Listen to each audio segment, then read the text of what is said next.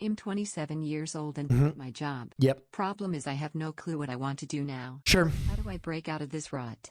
How do I find my calling? Keep up the great work, Brahim. So I think what you got to focus on is like what you like to do and the things you like, not just the things you like to do for work. I think a lot of the most fulfilled people I know just do the thing that they enjoy most for work. So they become an expert in it. A good example is my cousin, right? He grew up keeping bees with his dad, JR. He's my closest living family member. He loved keeping bees. Like it was just a hobby.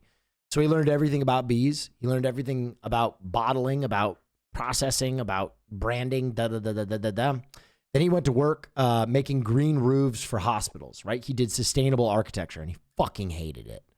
He was like, they're all pirates. It's all fake. None of this shit is sustainable. It's all fucking performance. It's garbage.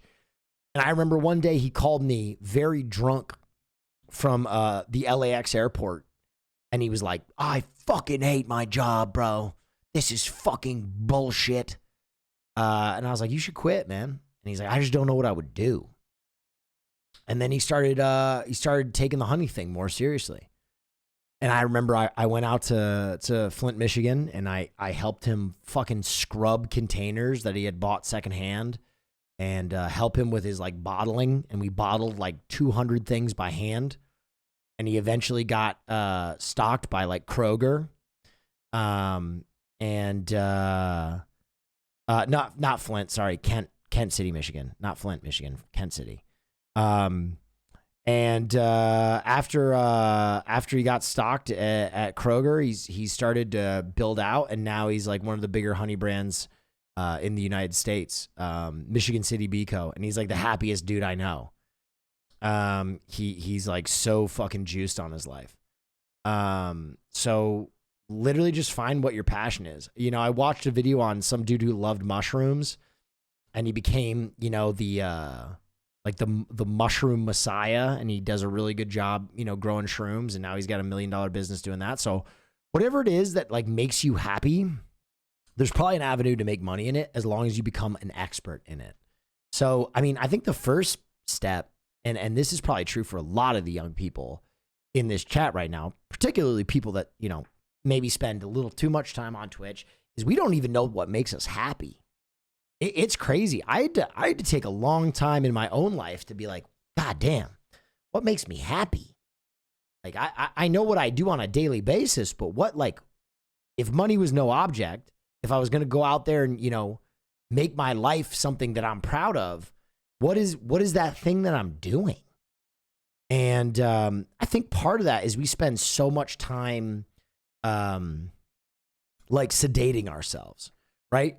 If you don't sedate yourself, if you don't watch TV, play video games, zone out, fuck around, smoke weed, you have to take in the reality that is our life, which is kind of grim, right? You got to work your whole life to afford a house, and you know your job is trying to fuck you over, and all this kind of insane shit. So we spend a lot of time sedating, and we don't spend much time present. So you got to find the things that turn you on, man. You got to find the things that make you happy and put them in your life. And that can be something really big, like beekeeping, you know, which is a full-time pursuit, or it can be something really small. For me, it's sandwiches. I always say that, and people laugh at me. I fucking love sandwiches. A really good sandwich makes one of my days very happy, right? If I can go find a bomb-ass sandwich with the right chip, that's not a waste. But I realized that. I was like, damn, I should really focus more on like what makes me happy. And a good-ass sandwich makes me happy. So whether it's a big macro thing or whether it's a little micro thing, find whatever makes you happy and do that and become really good at it. And once you become really good at it, I guarantee you there's going to be people that are willing to pay you to do it if you keep your eyes and ears open and if you value your fucking labor. I'm going to sound like Hassan Piker right now, but there are a lot of people in this chat who are probably really good at something and you do it for fucking free. You do it for all your friends for free. You do it for your family for free because you're like, oh, I'm probably not good enough to get paid for this. Oh, geez. Shut the fuck up. Ask for money. Oh, yeah, wow. Don't do shit for free. Value your life, value your time. If there's anybody in here who's done creative work for me, I always tell the creative to name their price, and then 90% of the time, I'll just pay them extra. If you've done anything with me, you know this is my process, because I know, like I used to do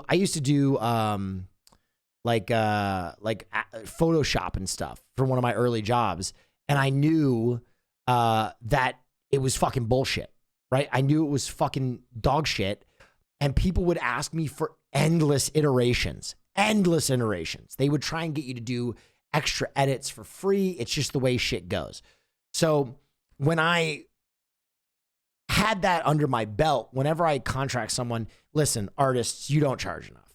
You honestly do not charge enough. And a big part of that is like, you should create a deck. Okay. One of my most successful creative friends is a guy who does photography, and he has a deck. Yeah. A rate sheet. So he has gone through and he has like meticulously listed, this package gets you this. This package gets you this. This package gets you this. And then he sticks to it. If the client is like, hey, could I get some extra? And he's like, no, fuck you, pay me, refer to sheet 1. And he gets paid consistently. He's no bullshit. He doesn't fuck around. The tier levels are important. And the tier levels are important. I'll tell you why. They're not important for you selling the top tier. The reason that they're important is so when someone buys the bottom tier and asks for that extra shit, you go, well, you know, that's why you would buy the next tier. I can do that if you pay for the next tier. That is where the tiers are important. Don't worry about the top tier. 90% of people are going to go for that bottom tier.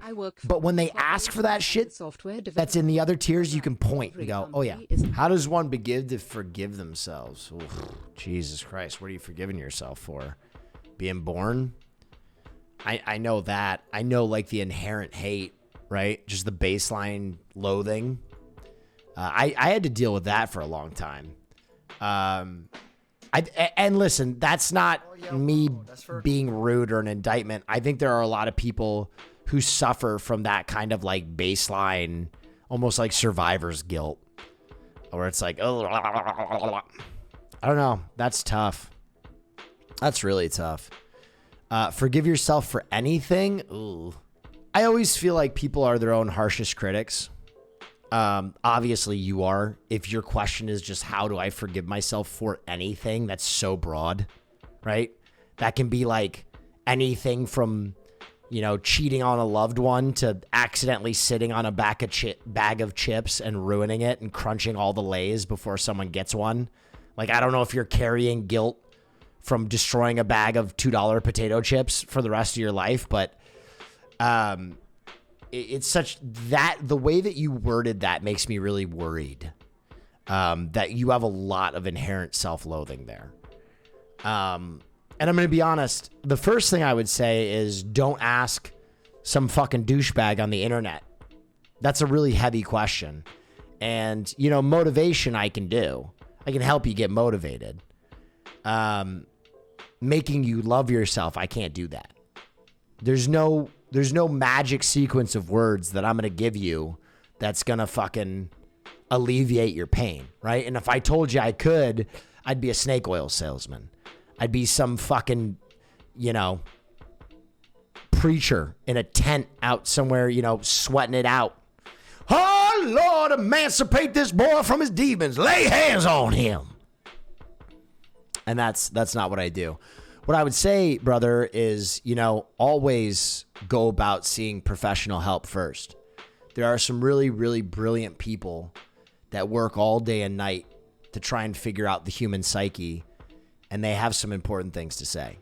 I would just say this. Self-love is so integral to so many things. I think one of the most important things that it dictates is your ability to like be a meaningful contributor to the people around you.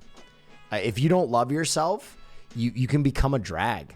And so if nothing else motivates you, do it for the people that love you. Do it for the people around you. That's what I did, right? I could never motivate myself to improve myself for myself, which was so ass backwards. But I always could find like motivation in like the little girls in my family, like my nieces. I really wanted to be better for them. I wanted to be better for my nephew. I wanted to be better for my aunt because I would see how sad they were when I was bumming. You know what I mean? And I was like, all right, step it up, you old fuck. Get better. Do it for them. You won't do it for yourself. You won't do it for yourself, but I fucking adore my nieces. And, you know, I just wanted to be better for them. So if you're anything like me and you couldn't find any motivation in doing it for me, you know, go do it for people you care about. Anyway, go take care of yourself though. Get some professional aid. I'm just some douchebag on the internet.